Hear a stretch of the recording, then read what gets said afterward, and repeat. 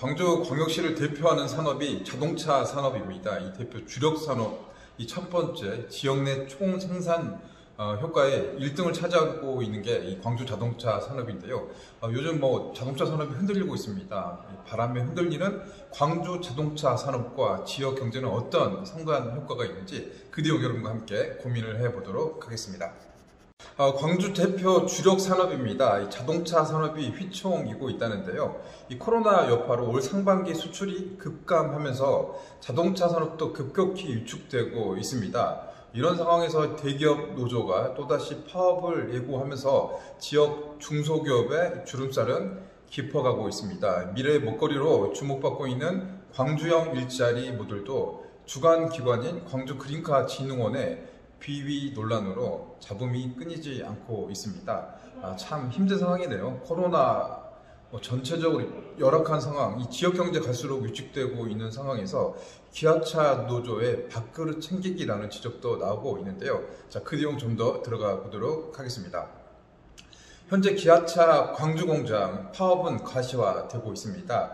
이 기아차 노조가 지난 3일 중앙노동위원회에 제기한 쟁의조정 신청행위 찬반 투표를 했는데요. 이 조합원의 73.3%가 이 파업에 찬성을 했다고 합니다. 자, 이게 찬성이 되게 되면 9년 연속 파업이 지금 예고가 된 상황입니다. 기아차는 올해 코로나로 셧다운을 수차례 반복을 했습니다. 이 중국에서 공급이 자동차 부품 공급이 원활치 못하고 수출 또한 잘 이루어지지 않았습니다. 이 경영난을 겪고 매출이 많이 줄면서 위기감이 곳곳에서 감지가 됐는데요. 실제로 지난 5월에는 이 근무하는 날보다 휴업하는 날이 이렇게 공장이 멈춰서 하는 날, 사실상 올 수도 되는 날들이 많아지면서 이 생산 라인들이 멈춰섰습니다. 자, 문제는 수백 곳에 달하는 협력업체들 경영난이 가속화됐다는 이 점인데요.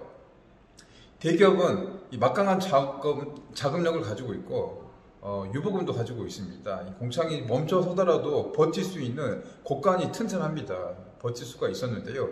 영세 중소기업들은 상당수가 자금난에 허덕였습니다. 이 대출을 받기 위해서 노크를 했지만 이 대출까지 못 받은 업체들은 이 대출의 문턱에서 쓰러지면서 줄도산하는 폐업하는 사례도 속출하고 있습니다.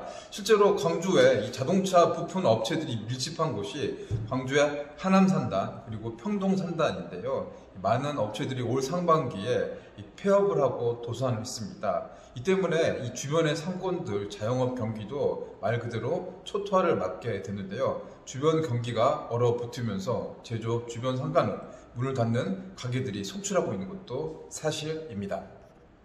지금 여러 가지 상황으로 지역 경제가 어려워지고 있습니다. 특히 광주는 이렇다 할 대기업들이 많지가 않습니다. 이 소비도시라는 오명을 쓰고 있는 광주에서 이 대기업들의 이 파업이 이어지고 있고 이 코로나 여파가 끝나지 않는 상황에서 이런 파업 소식은 지역 내에서 싸늘한 시선으로 이어지고 있는데요.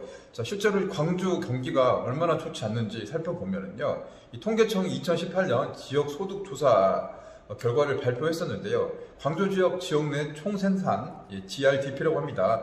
9년 연속 7대 특광역시 가운데 꼴찌를 기록을 했습니다. 지역에 노후 설비를 교체하거나 공장을 짓는 총 고정 자본 형성에도 광주는 꼴등, 최하위권을 기록을 했습니다.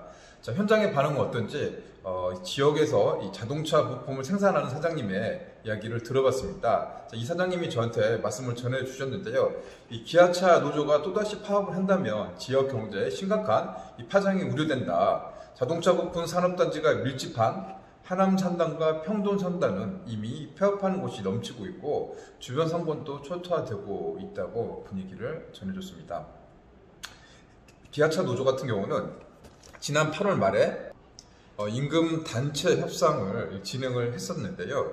이 임금 단체 협상을 진행했는데 이 사측과 노조 간의 갈등이 너무 컸습니다. 이 간극이 너무 커가지고 지금까지 협상이 지지부진하게 이어오고 있는 그런 상황이었습니다. 자, 현재까지 9번 넘는 본교섭을 진행했는데요. 이 협상 카드는 마련되지 않았습니다. 이 노조는 기본급 12만 304원 인상을 원했었고요. 성과급으로 지난해 영업이익의 30%, 이게 6,030억가량 됩니다. 이거를 노조 측에게 달라라고 요구를 했습니다. 1인당 평균 성과급으로 보면 이 기아차 다니는 이 주군분들은 2천만 원 상당의 이 성과급을 요구를 했습니다. 이 전기차와 수소차 모듈 부품 공장을 이 산에 유치해야 된다. 정년을 65세로 5년 연장하자. 잔업을 30분 보장해달라. 노동 이사제를 도입해라. 통상임금 범위 확대 등을 요구를 하고 있는데요. 기아차 노조의 이 같은 요구에 지역 사회는 냉랭한 반응을 보이고 있습니다. 코로나 사태로 수출과 내수가 동반 침체되면서 일자리 감소, 실직, 자영업 붕괴 등 지역 경제에 빨간불이 켜진 상황에서 기득권만 지킨다는 비난 여론이 나타나고 있기 때문입니다. 하남 산단에서 제조업을 운영하는 비사장님은 이렇게 이야기를 했습니다. 최악의 경제 상황에서 무리한 임금 인상과 복리 후생은 설득력을 얻기 힘들다. 경영 실정을 감안해서 임금 인상을 자제하고 고통 분담을 통한 코로나 위기 상황을 함께 함께 이겨내야 되지 않느냐라는 이야기를 강조를 했습니다. 자, 자동차 상황의 위기감, 현실 감각이 또 떨어진다라는 이 반응들은 이 광주뿐만이 아닌데요. 지금 부평 공장, 창원에도 공장이 있고 부평에도 공장이 있는 한국 GM도 지금 광주와 비슷한 상황이라고 합니다.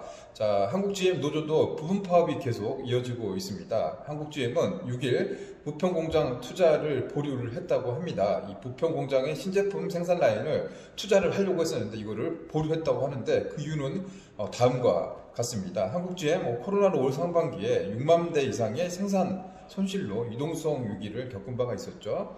자, 공장을 투자를 하기로 해서 이제 노조가 계속 파업을 하고 반대를 하다 보니까 나 투자 안 할래. 한국을 떠나겠다라는 이 강경한 태도로 나타나고 있다고 합니다. 자칫 이런 불똥들이 이 대한민국 경제로 또 끼치지 않을까 염려가 되는 상황입니다. 또 일각에서는 이 사측의 이런 협상 카드가 이 노조와의 이 협상에서 유리한 고지를 선점하려는 밀당 카드로도 비춰지고 있는데요. 자동차 업계에서는 실제로 이 투자가 유보되고 한국 GM이 이 대한민국을 떠나버린다면 정말 파장이 크게 될 거다라는 우려감을 나타내고 있습니다. 자, 광주 자동차 산업의 문제는 기아차 노조뿐만 아니라 지금 광주 일자리 모델로 알려져 있습니다. 광주 일자리 모델, 광주 글로벌 모터스라는 회사가 이 광주의 진국산단 넘어서 이렇게 산업단지를 새롭게 조정해서요, 일자리 창출하는 새로운 모델을 맞추고 있는데요. 이 광주 글로벌 모터스를 운영하고 투자를 해주시는 이 주관사라고 할 수 있습니다. 광주 그린카 진흥원이 이 방만 운영에 대한 그런 비위 문제로 지금 지역 내에서 뜨거운 화두로 되고 있습니다.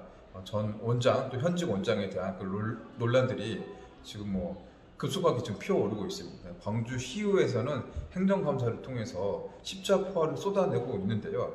자칫 이 여론들, 여파들이 또 광주 자동차 산업에 찬물을 또 끼얹게 될지는 않을까, 그런 우려 섞인 목소리들이 많이 나타나고 있습니다.